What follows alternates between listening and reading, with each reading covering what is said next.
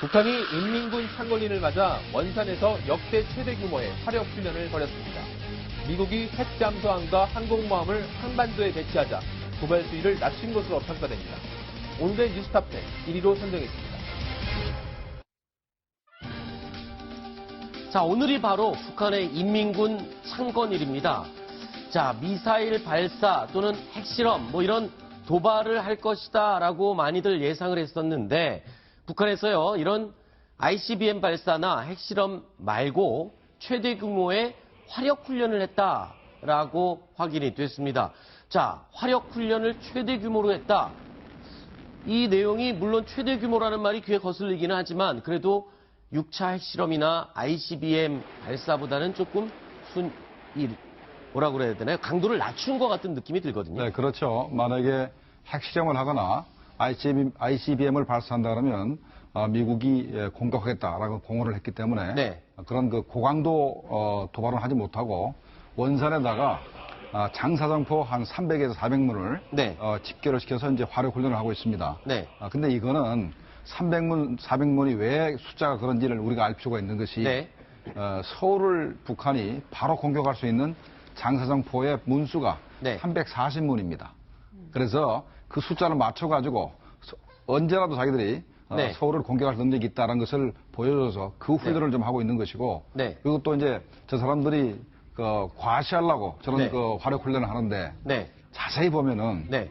포탄 중에 3, 40발 정도가 불발탄입니다. 네. 그러니까 어떻게 보면 창피할 정도로 네. 북한의 그 포탄 자체가 낡았고 네. 포 자체도 끌고 가다가 저게 이제 원산에 네. 아마 그걸 정부에서 이제 만약에 내놓는다 그러면 네. 아마 조금 북한이 웃음거리가 될 텐데 그렇게 하면 또 국민들의 그 어떤 안보의식이 좀 해질까봐 네. 그런 건 안 내놓는 것 같습니다. 우리 김정명 교수님은 국정원 출신이신데다가 또 이렇게 우리 군사 규모를 너무 잘 아셔서 그러는지 이런 얘기를 하면 북한을 너무 무시하는 듯이 말씀을 하시는데 생각해 보십시오. 이 사정거리가 장사정포가 평택까지 내려올 수 있는 그 거리 아닙니까? 거기까지는 안 가나요? 평택까지는 안 내려가고 되게 서울이 공격 사정권 안에 들어가잖아요. 그렇죠. 이렇게 근데 그거 한 300발이 날아오면 이거 더 어떻게 막습니까? 그래서 현재 북한이 포를 쏠라 그러면 전부 다 땅속에 들어 있습니다. 네. 산 너머 땅속에 들어 있고 쏠라 그러면 뒤로 뽑아내야 됩니다.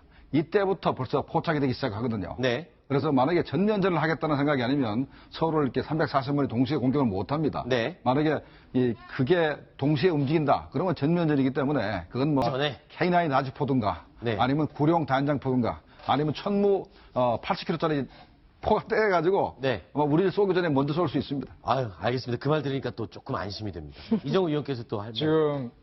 지금 저 화면 나오는 거는 북한이 이번에 그 화력 시험하면 사진이 아니잖아요. 네. 북한이 공개 안 했잖아요. 그렇죠. 이건 과거에 있던 자료 화면입니다. 근데 우리가 항상 북한이 먼저 공개해야 우리가 알았는데 우리가 어떻게 먼저 발표했죠? 그걸 제가 어떻게 합니까? 포탄이 날아가는 걸 레이더로 잡기 어렵잖아요. 그렇죠. 미사일이란 뭘까? 네. 화력 시험이고 저 30km 많이 나가야 30km, 20km 날아가는 포탄인데 미 정보 위성이 잡아낸 겁니까, 이것도? 그럴 가능성도 있고요. 또 우리도 아까 말씀하신 대로 금강백도에다가 RF-4C에다가 미국 공찰기들. 유수도 있고 우리 무인기도 있고 수정이다. 네. 이번에 우리 정부가 발표해 버렸어요. 네, 먼저. 왜 그렇게 우리 간첩이 많이 가 있나? 아니죠. 그러니까 있을 겁니다. 정보력을 자랑하는 거군요. 그러니까 이게 이제 북한에 대한 사인인데 네. 토요일 날 우리가 북한을 보고 있는데 비행기 3대가 평양에서 떠서 원산 쪽으로 날아갔습니다. 네. 그래서 한 대는 한 군데 내리고 2대는 옆으로 내렸거든요. 네. 그걸 보면서 우리 측 판단이 뭐였는가 하면은 굉장히 VIP가 원산으로 갔구나. 넘버1 아니면 넘버2다. 그래요? 근데 결론적으로 지금 보니까 김정은인 것 같아요. 만약에 오늘 김정은 창건 하에서 저걸 화력 시험한 게 맞다면 이 비행기가 날아갔는데 레이더에서 사라졌다는 말인가요? 이게 행방불명이라는 게? 평양에서 원산 가가지고 네. 한 대는 A 공항에 내리고 네. B는 그 옆으로 조금 더 가서 B 공항에 내렸습니다.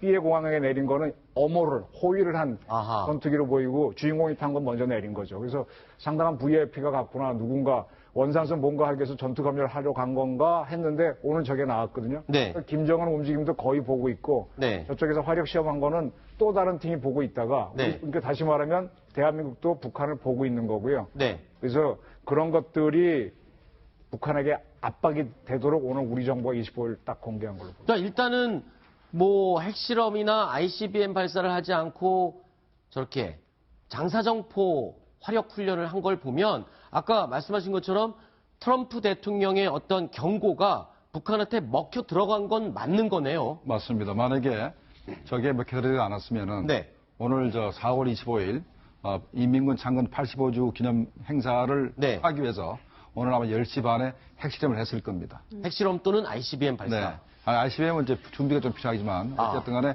핵실험 가능성이 가장 높았는데 네. 트럼프 대통령이 워낙 강하게 나오고 네. 또 이제 중국도 만약에 핵실험을 하거나 네. ICBM 같은 도발을 하게 되면 북한 체제가 파국적인 상태로 갈 것이다라고 분명히 경고를 했기 때문에 본인들도 그거를 이게 허풍이 아니다. 그냥 겁박을 주기 위한 말은 아니다라고 판단을 한 거로 봐야 되겠군요. 그래서 선택한 것이 화력 시범이고 아마도 내일 아침 새벽쯤에서 6시 네. 정도로 해서 스커드나 스커드 ER이라든가 네. 아니면 북극성 2형이라든가 네. 이런 거 하나 쏠 가능성이 있다고 생각이 됩니다. 네. 그런데 요즘 지금 중국, 일본, 미국의 움직임이 심상치 않은데 특히 중국군의 움직임이 지금 정말 심상치 않은 부분이 포착이 됐다면서요? 네, 이번에 전비태세 2급까지 발표했다고 그러던가요? 네. 저도 정확하게 모르겠습니다. 저게 우리 한미연합군이 한 데프콘하고 같은 개념인지, 네. 우리도 디펜스 컨디션이니까 대비태세인데 네. 같은 개념을 모방해서 하는 건지 모르겠습니다만 만약에 데프콘 2의 개념으로 옮겼다면 거의 준전시까지로 올렸다고 봐야 되는데 아하. 저게 아마 심양군구의 후손인 후예인 북부정부에 해당될 테니까 좀 한정된 지역이겠죠. 근데 지금 무기 강화, 외출 금지 저 정도 갖고는 데프콘 2라고 보기는 어렵고요. 네. 전비태세 강화 정도로 저는 판단하고 있습니다. 그렇군요. 그런데 지금 보면은 중국이 북한을 압박하기 위한 걸로 본다면 지금 트럼프 대통령이 중국에 가한 압박이 통했고 결국에는 중국과 북한의 거리가 좀 멀어지고 사이가 틀어지고 있는 게 아닌가 그런 생각이 들거든요. 근데 이런 질문 드리면 항상 김정문 교수께서는 저보고 아니 중국이 북한이랑 절대 틀어지지 않는다. 이렇게 저한테 말씀해 주셨어요. 그래서 두 가지로 나눠서 봐야 됩니다. 북한 핵 문제 해결하기 위해서는 중국이 북한과 굉장히 얼굴을 붉히면서 현재 대결을 하고 있는 상태예요. 네. 그러나 북한 체제 붕괴 문제까지 갈 때는 중국은 절대로 북한을 포기하지 않으려고 하는 그 양면성이 있기 때문에 네. 나눠서 봐야 됩니다. 핵 문제 해결 부분에 있어서는 중국도 결사적으로 이제 북한을 압박하고 있고 네. 그러나 북한이 최종 단계에서 핵무기를 가지고 북한 체제가 붕괴하는 게 낫냐, 네. 핵무기 없는 북한이 존재하는 게 낫냐, 이런 걸 선택하라 할 때는 중국 입장에서는 북한이 핵을 가지더라도 네. 체제가 존속하는 게 낫다고 판단할 가능성이 있습니다. 그래서 네. 최종 단계에서 북한 체제가 붕괴되는 것은 원치 않을 가능성이 높다고 생각이 되고 지금 아까 전비태세 1, 2, 3단계를 네. 말씀하셨는데요. 다른 보도에 의하면은 4월 15일에 2단계까지 갔고 네. 오늘부로 해서 오늘 새벽부터 해서 4월 25일부로 1단계로 갔답니다. 경비태세가 더 강화됐군요. 1급 전비태세로 갔다는 것이기 때문에 이거는 잘 보셔야 됩니다. 뭐냐면 현재 한국과 미국이 북한의 핵시설만 타격하면 자기는 참겠다. 네. 용인하겠다는데 만약에 그걸 빌미로 해서 한미연합군이 북진해가지고 평양을 점령하게 된다면 자기네가 군사적 개입을 하겠다라는 의미로 해석하는 것이 이것은 오히려 북한을 압박하는 조치이면서도 한국과 미국군이 절대로 북한 땅을 침범하지 못하게 해서 견제하기 위한 것으로 봐야 됩니다. 네, 알겠습니다. 자, 미국의 트럼프 대통령 계속해서 북한을 향한 압박을 가하고 있는데요. 자, 그 움직임을 저희가 영상으로 한번 꾸며봤습니다. 함께 보고 이야기 이어가겠습니다.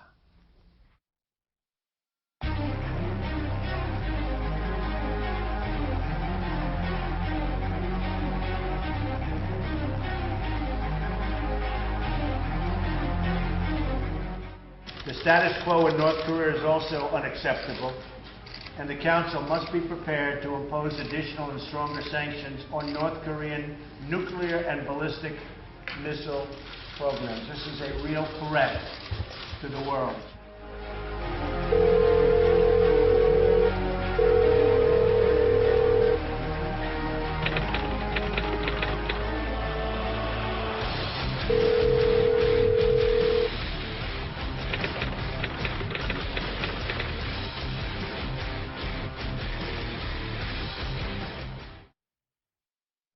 북한을 향해서 저렇게 미국, 중국, 일본이 합심해서 압박을 가하는 것, 뭐 나쁘지 않는 것 같습니다. 그런데 중요한 건 정작 우리가 지금 빠져 있습니다. 우리하고는 전화통화 했답니까, 지금? 그게 문제입니다. 네. 지금 뭐 저리라도 황 총리실에 가끔 제가 접촉을 시도하는데 네.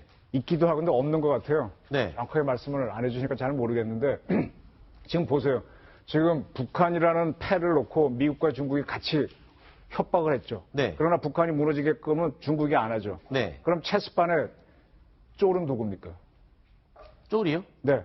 판에 돌아다니는 이건 뭡니까? 마라 그래야 되나? 이건 말은 네네. 누굽니까? 북한이죠. 네.